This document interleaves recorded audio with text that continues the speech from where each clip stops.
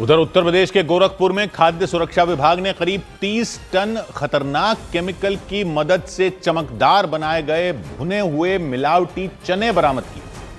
जांच में पता चला मिलावटी चने मध्य प्रदेश और छत्तीसगढ़ से मंगवाए गए थे और इसकी सूचना मिलने पर खाद्य सुरक्षा विभाग की टीम ने गोरखपुर में लाल डिग्गी इलाके में मौजूद एक गोदाम पर छापा मारा। गोदाम से भुने हुए मिलावटी चने की 750 बोरियां बरामद की गईं। ये जो चना है ये मध्य प्रदेश और छत्तीसगढ़ से मंगाया गया था। लगभग 750 बोरी, कुल 28 से 30 टन जो है माल जब्त हुआ है। जांच में पाया गया कि भुने हुए चने को औरामीन नाम के खतरनाक केमिकल से चमकदार और पीला बनाया गया था। प्रथम जांच जो आई उसमें प्रूफ हो गया है कि इसमें केमिकल मिला के इसको पीला बनाया गया था, चमकदार बनाया गया था। जांच के लिए सैंपल भेजने के बाद खाद्य सुरक्षा विभाग ने भुने हुए मिलावटी चने को सील कर दिया और गोरखपुर की तरह उत्तर प्रदेश के हापुड़ में भी खाद्य सुरक्षा विभाग ने छापेमारी कर करीब 2000 किलो मिलावटी चना जब्त कर लिया। जब्त किए गए चने की कीमत करीब 1.5 लाख रुपए बताई गई और खाद्य सुरक्षा विभाग के अधिकारियों के मुताबिक उन्हें हापुड़ में मिलावटी चना बेचे जाने की जानकारी मिली थी। इसी सूचना पर अधिकारियों ने हापुड़ की मंडी में छापेमारी की। इसी दौरान करीब 2000 किलो चना जब्त किया गया, जिसे रंगने के लिए खतरनाक केमिकल का इस्तेमाल किया गया था। ये वही चना है जिसमें कहा जा रहा है कि कोई केमिकल मिलाया जा रहा है, इसको चमक दिखाने के लिए, ताकि बाजार में इसकी खराब गुणवत्ता होने के बावजूद भी बेहतर बिक सके। खाद्य विभाग के अधिकारियों ने मंडी के अलावा कुछ दुकानों में भी जांच की और भुने हुए चने की गुणवत्ता जांचने के लिए उनके सैंपल जांच के लिए भेज दिए। उधर मध्य प्रदेश के टीकमगढ़ के कलेक्टर अचानक जिला अस्पताल का दौरा करने पहुंच गए। इस दौरान उन्हें मरीजों को दिए जा रहे खाने में कई गड़बड़ियां मिली। इसकी वजह से वो भड़क गए और उन्होंने वहां मौजूद कर्मचारियों से सवाल जवाब करने शुरू कर दिए।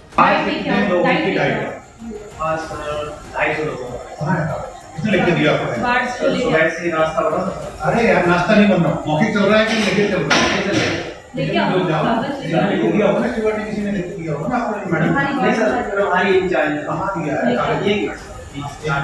टीकमगढ़ के कलेक्टर के मुताबिक जिला अस्पताल में भर्ती मरीजों को पर्याप्त खाना नहीं दिया जा रहा था, यानी दिन भर में मरीजों को जितना खाना मिलना चाहिए उन्हें नहीं मिल रहा था।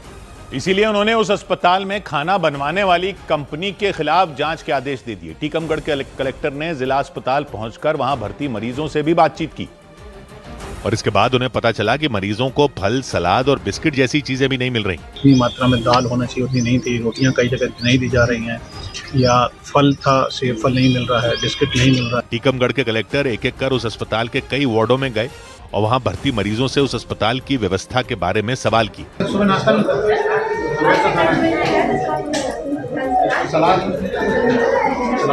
इसके बाद वो उस अस्पताल में मौजूद रसोई में भी गए। वहां उन्होंने मरीजों को दिया जाने वाला खाना खुद चखा, क्योंकि उन्हें उस अस्पताल में बन रहे खाने को लेकर कई शिकायतें मिली थी। टीकमगढ़ के कलेक्टर के मुताबिक मरीजों के लिए खाने का जो मेन्यू तैयार किया गया उन्हें उस हिसाब से खाना ही नहीं दिया जा रहा और इसीलिए उस अस्पताल में भर्ती मरीज बार बार वहां के खाने की शिकायत कर रहे थे। टीकमगढ़ के कलेक्टर जब उस अस्पताल में पहुंचे तो वहां मरीजों के लिए खाना बन रहा था।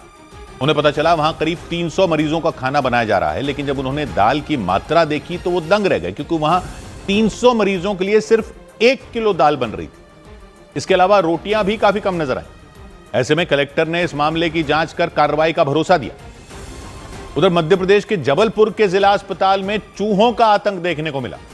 अस्पताल के आईसीयू वार्ड में चूहे घूमते दिखाई दिए और शिकायत मिलने के बाद अस्पताल प्रशासन ने उस वार्ड में फिर से पेस्ट कंट्रोल करवाया, क्योंकि जिला अस्पताल के आईसीयू वार्ड में एक बेड के नीचे 3 चूहे घूमते नजर आए और वार्ड में मौजूद उस बेड के ऊपर एक मरीज लेटा हुआ नजर आया।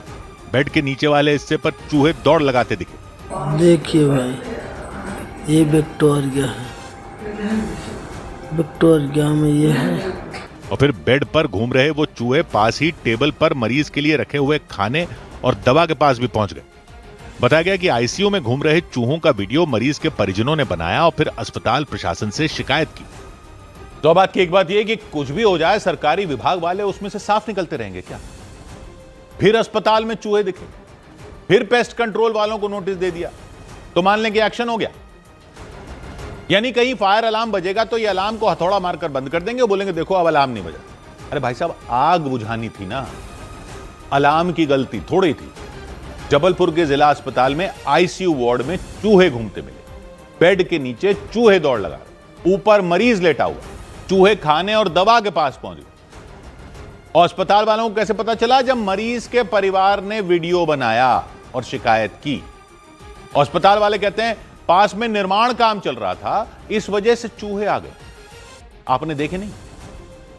पहले बच्चों की जान जा चुकी है चूहों से, इतनी हाय तौबा मची थी, लेकिन आपको फिर भी कोई डर नहीं। कह रहे हैं कि रिपोर्ट मांगी, पेस्ट कंट्रोल वालों को नोटिस दिया। अरे पेस्ट कंट्रोल वाले तो जो करेंगे सो करेंगे, जिन लोगों को देखना होता है कि पेस्ट कंट्रोल में रहें वो क्या कर रहे थे। आपको पता ही नहीं चला कि वार्ड में चूहे हैं, आईसीयू वार्ड में। आपके घर में चूहे होते हैं, आपको पता नहीं चलता। उधर टीकमगढ़ जिला अस्पताल में कलेक्टर अचानक पहुंचे तो देखा कि मरीजों को खाना सही नहीं मिल रहा। 300 मरीजों के लिए 1 किलो दाल, चावल आधा कच्चा, रोटियां कम, फल सलाद बिस्किट कुछ नहीं। यानी वही सरकारी कहानी की कागजों में काम पूरा, मेन्यू में सब था, खाने में नहीं। कलेक्टर ने खुद चखा और भड़क गए, फूड कंपनी पर जांच के आदेश दे दिए। लेकिन क्या अधिकारियों को पता नहीं था खाना चेक कौन करता?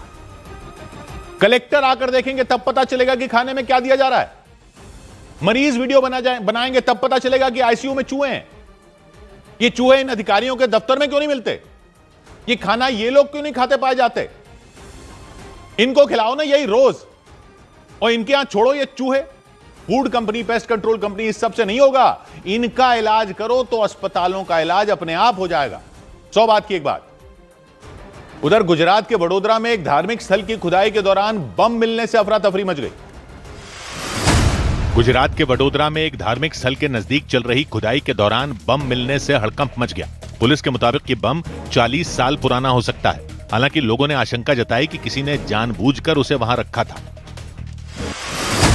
हरियाणा के नूंह में उस वक्त बवाल हो गया जब एक कार्यक्रम के दौरान महिला डांसर से एक युवक ने बदसलूकी कर दी। इसके बाद वहां मौजूद लोगों ने उस युवक को पकड़ लिया और फिर लाठियों से उसकी बेरहमी से पिटाई कर दी। इस घटना की वजह से कार्यक्रम में काफी देर तक हंगामा होता रहा। मुंबई के बांद्रा वर्ली सी लिंक पर 250 किलोमीटर प्रति घंटा की रफ्तार से कार चलाने के आरोप में वर्ली थाने में एक केस दर्ज कर दिया गया। पुलिस ने तेज रफ्तार में कार दौड़ाने वाले आरोपी फैज एडनवाला का पता लगाया और उनकी कार को जब्त कर लिया। उधर उत्तर प्रदेश के संभल में एक बच्ची की अपील के बाद बिजली विभाग ने कई साल पुराने हाई टेंशन तार हटा दिए। जानकारी के मुताबिक वो तार पिछले 15 साल से उस बच्ची के मकान के ऊपर लगे हुए थे। इसकी वजह से पूरा परिवार परेशान था और इसीलिए उस बच्ची ने वीडियो बनाकर संभल के डीएम से वो तार हटवाने की मांग की। डीएम सर संभल, हमारे ये तार हटवा दो, इसकी वजह से हमें बहुत परेशानी होती है। इसकी वजह से ही हम अपना घर ऊपर नहीं बना पा रहे हैं।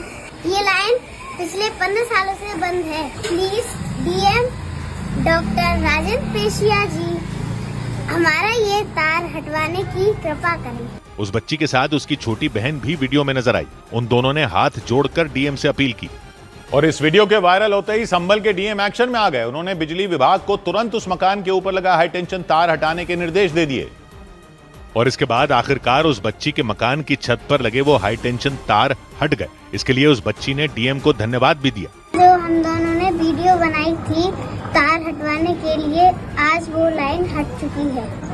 थैंक यू डीएम सर एवं संभल पुलिस एवं बिजली विभाग। बताया गया कि हाई टेंशन तार की वजह से वो पूरा परिवार परेशान था। वो उस छत पर कुछ निर्माण करवाना चाहते थे, लेकिन उन तारों की वजह से वो नहीं हो पाया। इसके अलावा छत के बीचों बीच लगे तारों की वजह से बच्चे भी वहां खेल नहीं पा रहे थे। उधर उत्तर प्रदेश के मेरठ और मुजफ्फरनगर समेत 22 जिलों में हाई कोर्ट की बेंच बनाने की मांग को लेकर वकीलों ने प्रदर्शन किया। प्रदर्शन के दौरान बाजार बंद करवा दिए गए, पेट्रोल पंप, स्कूल, कॉलेज तक बंद करा दिए गए। और बाजार बंद के बीच मेरठ के बेगमपुल इलाके में वकीलों ने जमकर प्रदर्शन किया। वहां चौराहे पर इकट्ठा हुए वकीलों ने लगातार नारेबाजी की। इस दौरान व्यापारियों ने भी बंद का समर्थन किया। पश्चिमी उत्तर प्रदेश में हाई कोर्ट की बेंच बनवाने की मांग को लेकर शहर के प्रमुख बाजारों को व्यापारियों ने खुद ही बंद कर दिया। इस दौरान जो दुकानें खुली नजर आईं, उनके दुकानदारों से बंद का समर्थन करने की अपील की गई। और हाईकोर्ट की बेंच के लिए मेरठ के बाजार ही नहीं बल्कि उत्तर प्रदेश के मुजफ्फरनगर में भी बाजार बंद किए गए। जगह जगह चक्का जाम करके प्रदर्शन किया गया और इस मांग को पूरा करवाने के लिए व्यापारियों ने भी वकीलों का जोरदार समर्थन किया। उन्होंने इस मांग को जनता की मांग बताया। ये वकीलों की मांग नहीं है। वकीलों को क्या फायदा होगा हाई कोर्ट बेंच से, ज्यादा से ज्यादा उन्हें प्रैक्टिस करने के लिए एक कोर्ट और मिल जाएगी। लेकिन मुजफ्फरनगर में भारी संख्या में वकील और व्यापारी सड़कों पर उतर आए। उन्होंने दुकानदारों से बंद का समर्थन करने की अपील की। प्रदर्शन कर रहे लोगों ने बीच सड़क पर धरना दिया और लगातार बेंच बनाने की मांग करते रहे। इस आंदोलन को लेकर पुलिस भी अलर्ट हो गई। हर चौक चौराहे पर पुलिस की टीम तैनात दिखी। इस बीच वकीलों ने साफ चेतावनी दी कि हाईकोर्ट की बेंच नहीं मिली तो दोबारा प्रदर्शन करेंगे। उधर यूपी के आगरा में समोसे के पैसे मांगने पर एक दुकानदार पर गोलियां चल गईं। उत्तर प्रदेश के आगरा में आरोप लगा कि समोसे के पैसे मांगने पर बदमाशों ने एक दुकानदार पर फायरिंग कर दी, जिससे वहां सनसनी मच गई। इस घटना की जानकारी मिलने के बाद पुलिस ने कार्रवाई करते हुए 2 बदमाशों को गिरफ्तार कर लिया। उत्तर प्रदेश के हापुड़ में एक व्यक्ति पर आरोप लगा कि उन्होंने अपनी पत्नी की सिर में गोली मारकर हत्या कर दी। पुलिस के मुताबिक उस व्यक्ति का किसी दूसरी महिला से संबंध था, जिसका उनकी पत्नी विरोध करती थी। पुलिस ने केस दर्ज कर मामले की जांच शुरू कर दी। दिल्ली के पास उत्तर प्रदेश के नोएडा में झपकी आने की वजह से एक व्यक्ति की कार नाले में गिर गई। उन्होंने उस कार से कूदकर अपनी जान बचाई। जानकारी मिलते ही पुलिस वहां पहुंची और क्रेन की मदद से उस कार को बाहर निकाला।